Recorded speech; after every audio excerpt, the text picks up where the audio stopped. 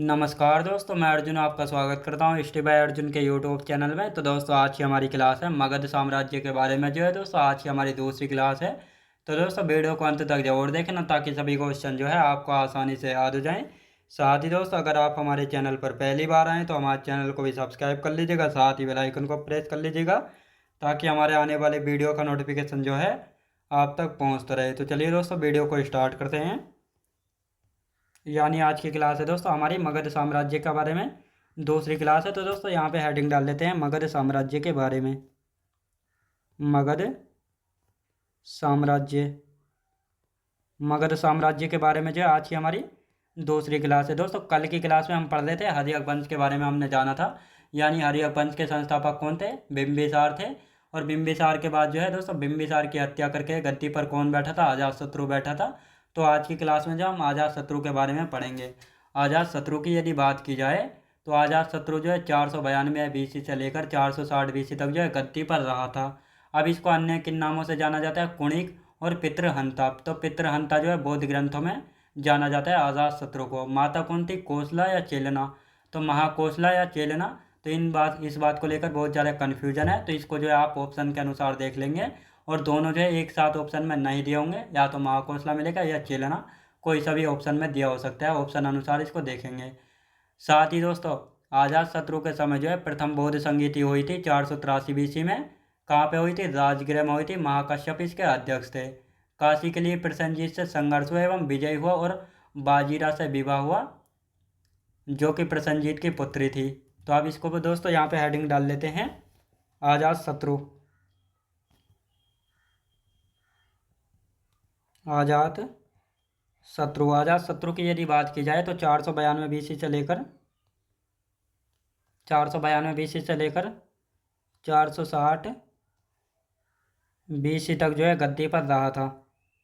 अन्य नाम क्या क्या थे दोस्तों? अन्य नाम की यदि बात की जाए, अन्य नाम यानी अन्य किन नामों से जो है जाना गया है? तो कुड़िक नाम से, कुड़िक, और पितृहंता, पितृहंता यानी पिता की हत्या करने वाला है। तो ये पितृहंता जो है कहाँ पे जाना गया? बौद्ध ग्रंथों में जो है अजातशत्रु को दोस्तों पितृहंता के नाम से जाना गया। कहाँ पे? बौद्ध ग्रंथों में। अब यहाँ पे बात करते हैं माता कौन थी अजातशत्रु की? महाकोसला, महाकोसला या चेलना। तो दोनों में से जो है दोस्तों कोई भी दिया हो सकता है, बिल्कुल कन्फ्यूज जो है नहीं होना है। अब यहाँ पे हम बात करते हैं इसी के समय जो है प्रथम बौद्ध संगीति हुई थी। प्रथम बौद्ध संगीति कब हुई थी? 483 BC में। कहाँ पे? राजगृह में। राजगृह में कहाँ पे दोस्तों? राजगृह में। अध्यक्ष कौन थे इसके? अध्यक्ष की यदि बात की जाए तो महाकश्यप। महाकश्यप जो है प्रथम बौद्ध संगीति के जो है अध्यक्ष थे। तो ये आपको याद रखना है। और साथ ही दोस्तों काशी के लिए प्रसेनजीत से संघर्ष हुआ एवं विजय हुआ और बाजीरा से विवाह हुआ, जो कि प्रसेनजीत की पुत्री थी। तो दोस्तों पहले जो है इसके बारे में लिख लेते हैं और उसके बाद जो हम अच्छे से इसको समझेंगे सारे पॉइंटों को। तो यहाँ पे लिखेंगे काशी के लिए प्रसेनजीत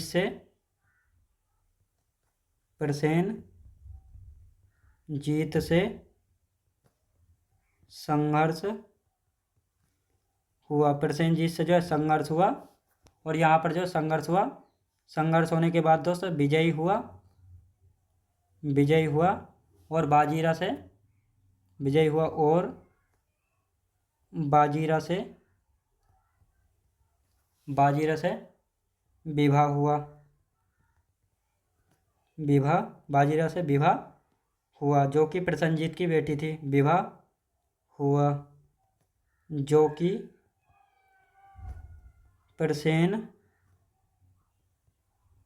प्रसेनजीत की बेटी थी। याद रखिए दोस्तों, जो कि प्रसेनजीत की बेटी थी। याद रखें दोस्तों, बेटी थी। तो ये आपको याद रखना है। अब यहाँ पे हम बात करते हैं इसके बाद बज्जी और मल्लुक संघ को जो है इसने हराया था। इसके बाद बज्जी और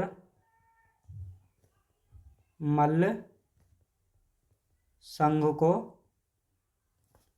हराया। याद रखें दोस्तों, बज्जी और मल्ल ये कौन थे? तो ये दोनों जो है महाजनपद थे। कौन थे दोस्तों? महाजनपद थे। अब आते हैं दोस्तों, अजातशत्रु जैन धर्म का अनुयायी था। अजातशत्रु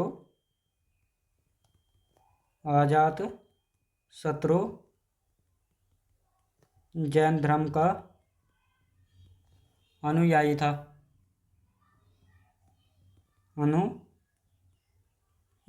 तो ये आपको याद रखना है दोस्तों। आप इसका एक बार रिवीजन कर लेते हैं, क्योंकि अब इसके बाद जो इसका बेटा उदयन जो है गद्दी पर आएगा।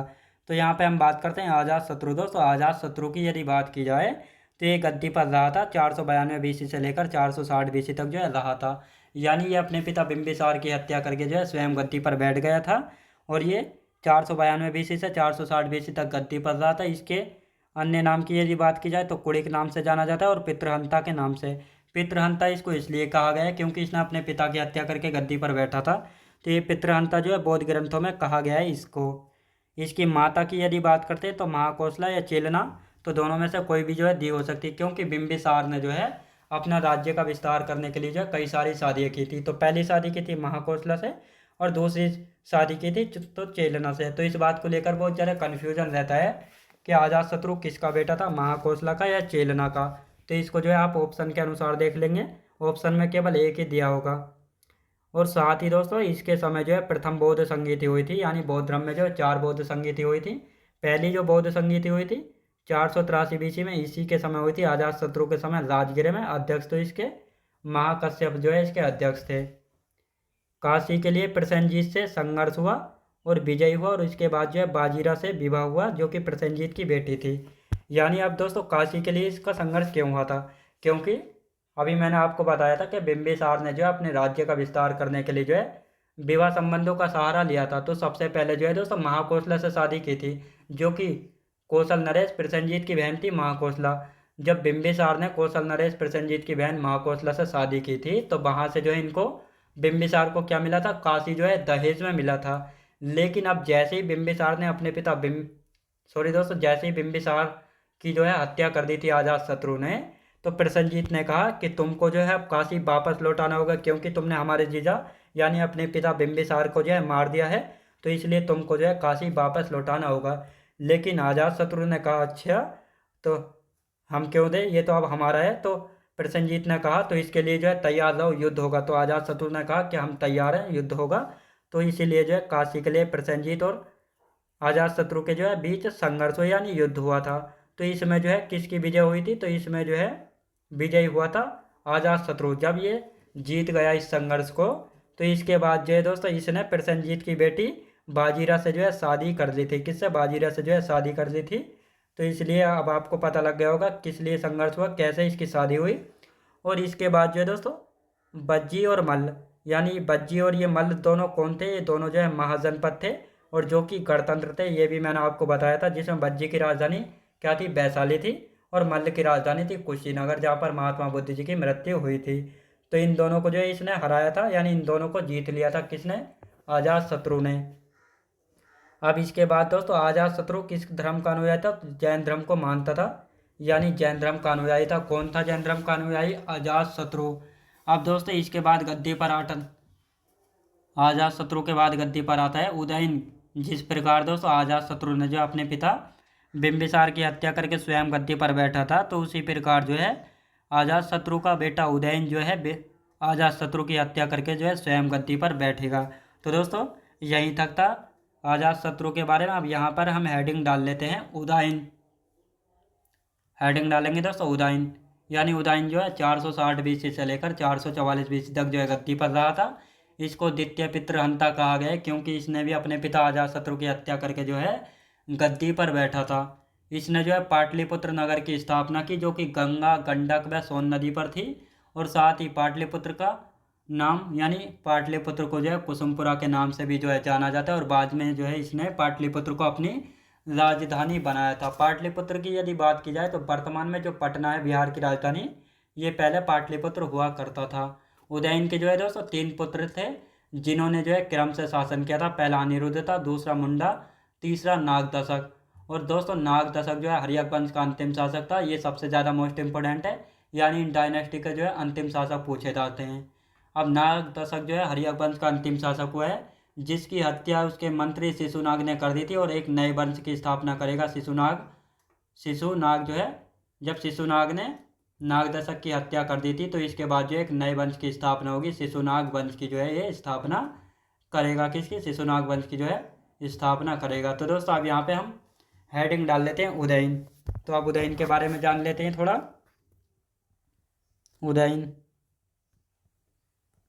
उदयन की यदि बात की जाए तो ये कब से कब तक गद्दी पर रहा था, तो 460 बीसी से लेकर 444 बीसी तक जो है गद्दी पर रहा था। कितने दिन तक? 460 बीसी से लेकर 444 बीसी तक जो है गद्दी पर रहा था। अन्य नाम की यदि बात की जाए, अन्य नाम द्वितीय पितृहंता इसको कहा गया है। द्वितीय पितृहंता, इसको द्वितीय पितृहंता यानी दूसरा पितृहंता क्यों कहा गया है? क्योंकि इसने जो अपने पिता अजातशत्रु की जो है हत्या कर दी थी। और प्रथम पितृहंता कौन है? अजातशत्रु है, जिसने जो है अपने पिता बिंबिसार की हत्या की थी। तो ये आपको याद रखना है। अब साथ ही दोस्तों पाटलिपुत्र नगर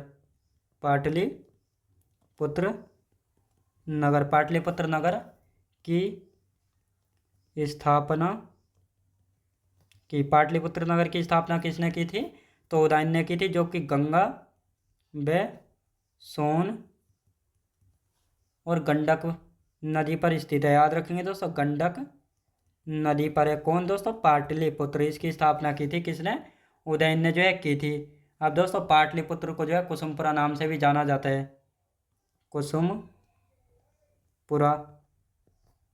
नाम से भी जाना जाता है। याद रखिए दोस्तों, नाम से भी जो है जाना जाता है। तो ये आपको याद रखना है। और बाद में जो है इसको राजधानी बनाया था, राजधानी बनाया, यानी बाद में जो है फिर इसको राजधानी बना लिया था पाटलिपुत्र को। किसने? उदयन ने। अब यहाँ पे हम बात करते हैं उदयन के जो है 3 बेटे थे। उदयन के 3 बेटे थे, जिन्होंने क्रम से शासन किया।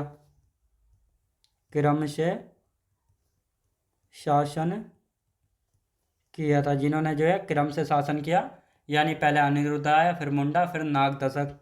तो कौन कौन से? पहले अनिरुद्ध था, दूसरा दोस्तों मुंडा था, और तीसरे की यदि बात की जाए, तीसरा था दोस्तों कौन सा? नाग दशक। और यही नाग दशक है जो कि हर्यक वंश का अंतिम शासक होगा। कौन दोस्तों? हर्यक वंश का जो है अंतिम शासक होगा। तो यहाँ पे लिख लेते हैं नाग दशक जो है हर्यक वंश का अंतिम शासक था। नाग दशक की यदि बात की जाए तो हर्यक वंश का अंतिम शासक था। याद रखें दोस्तों, नाग दशक जो है हर्यक वंश का अंतिम शासक था। तो ये आपको याद रखना है। अब अंतिम शासक क्यों था, यहाँ पे लिख लेंगे। इसकी हत्या इसके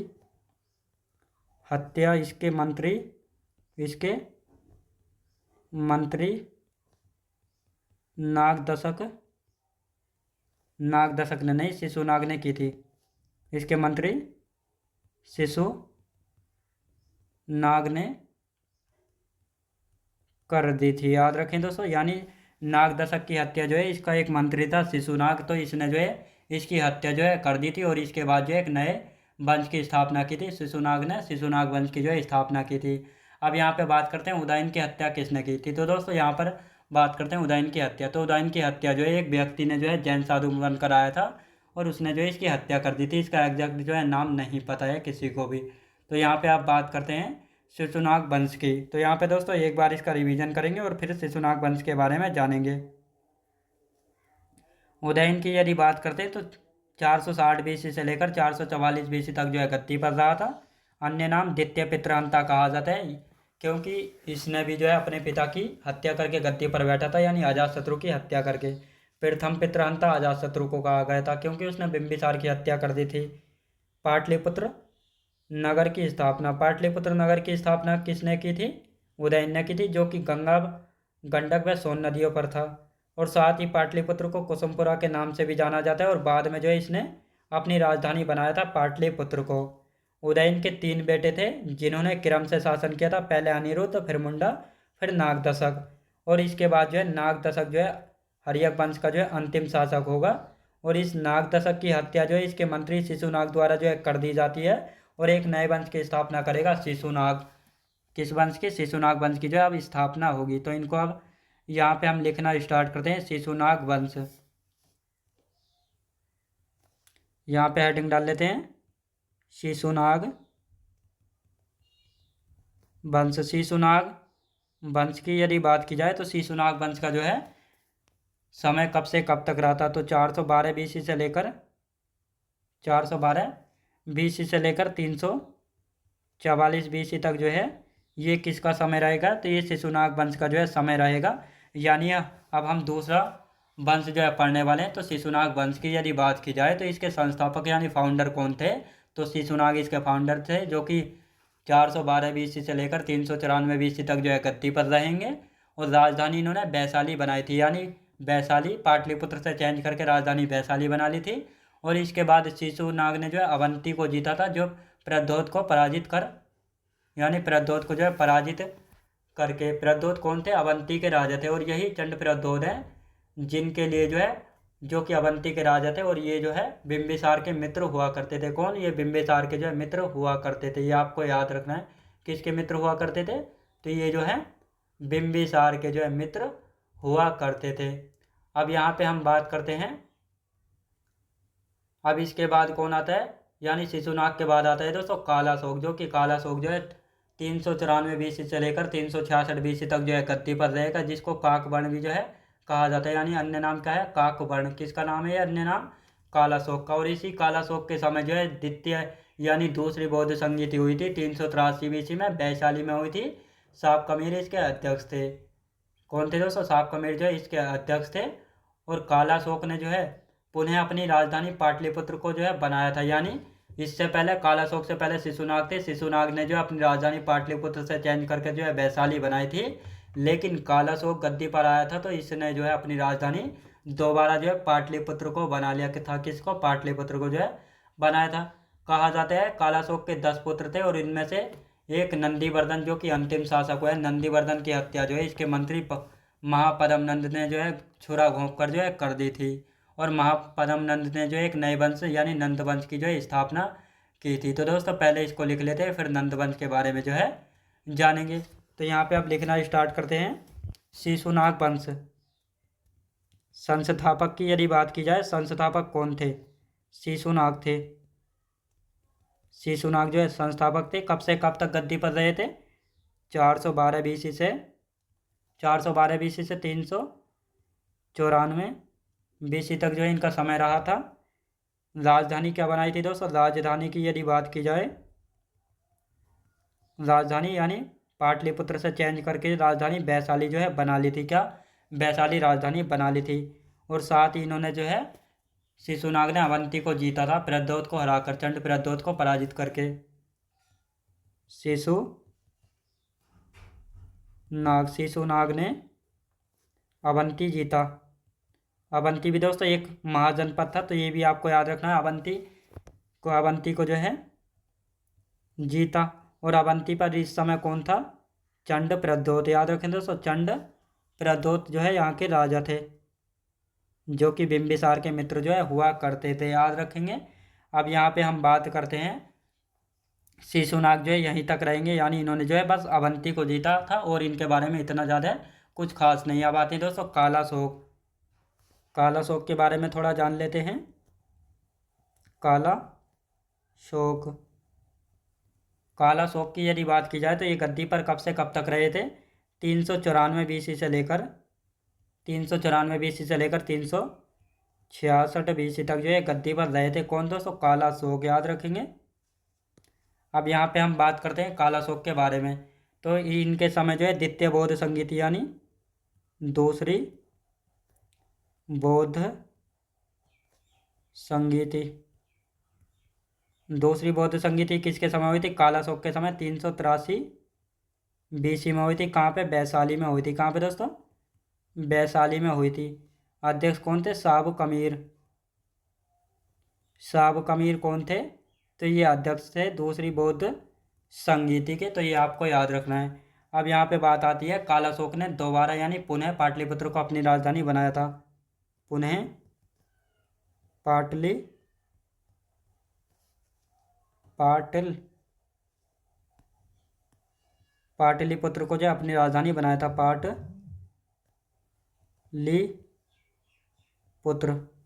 पाटलिपुत्र को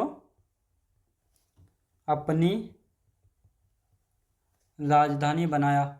पाटलिपुत्र को जो अपनी राजधानी बनाया, याद रखें दोस्तों। यानी शिशुनाग ने जो है अपनी राजधानी पाटलिपुत्र से चेंज करके क्या बनाया था? वैशाली बनाया था। लेकिन जब कालाशोक आए तो इन्होंने जो है दोबारा अपनी राजधानी किसको बना लिया था? वैशाली से चेंज करके पाटलिपुत्र को जो है दोबारा अपनी राजधानी जो है बना लिया था।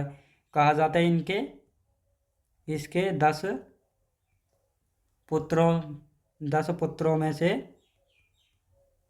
पुत्रों में से एक नंदीवर्धन अंतिम शासक हुआ है। एक नंदीवर्धन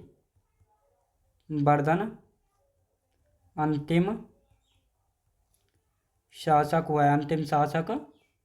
हुआ है। कौन दोस्तों? अंतिम शासक जो है हुआ है। तो ये आपको याद रखना है। अब दोस्तों नंदीवर्धन की हत्या किसने की थी? तो लिखेंगे नंदीवर्धन की हत्या की यदि बात की जाए तो नंदीवर्धन की हत्या इसके मंत्री महापदम नंद ने छुरा घोंप कर दी थी।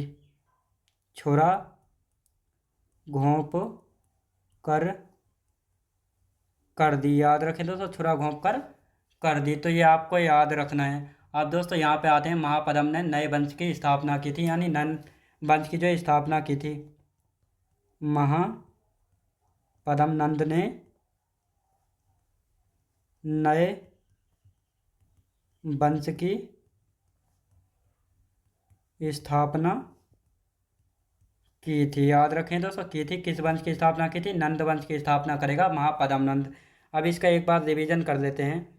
यहाँ पे शिशुनाग वंश की यदि बात की जाए तो शिशुनाग वंश का समय जो है 412 BC से लेकर 344 BC तक जो है रहा था। संस्थापक कौन थे? शिशुनाग जो है इसके संस्थापक थे, जो कि 412 BC से लेकर 394 BC तक जो है गद्दी पर रहे थे। राजधानी जो है इन्होंने वैशाली बनाई थी और शिशुनाग ने जो है अवंती को जो है जीता था और यहाँ के राजा थे चंड प्रद्योत को हराया था।